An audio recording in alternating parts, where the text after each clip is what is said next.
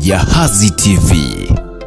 Katika tukio lililoibua taharuki na maswali mengi ya kimaadili, mwanaume mmoja mwenye umri wa miaka 50 nchini India anadaiwa kuchukua hatua isiyo ya kawaida kufuatia kifo cha dada yake. Kwa mujibu wa taarifa mbalimbali, mwanaume huyo alifukua kaburi la marehemu wa miezi mitatu baada ya mazishi na kuchukua mabaki yake akiamini angeweza kuyatumia kama ushahidi ili kuruhusiwa kuchukua fedha zilizowekwa kwenye akaunti yake ya benki.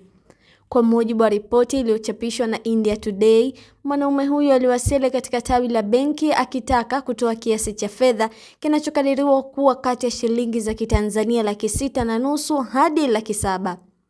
Alidaiwa kuwa yeye ndiye ndugu wa karibu wa marehemu na alikuwa na haki ya kupata fedha hizo.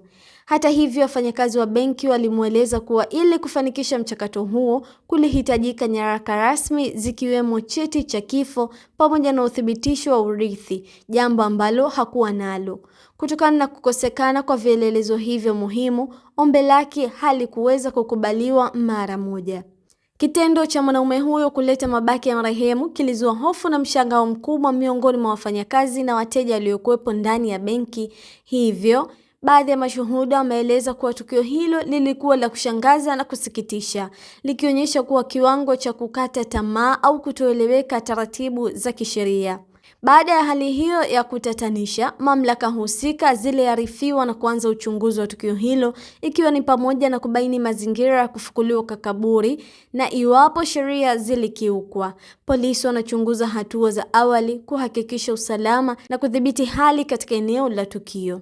Tukio hili limeibua mjadala mpana kuhusu umuhimu wa kufuata taratibu za kisheria katika masuala ya urithi na fedha, pamoja na kuheshimu utu wa marehemu.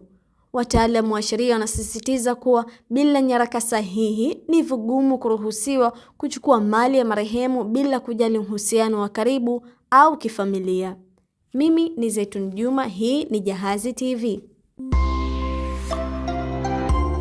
Jahazi TV.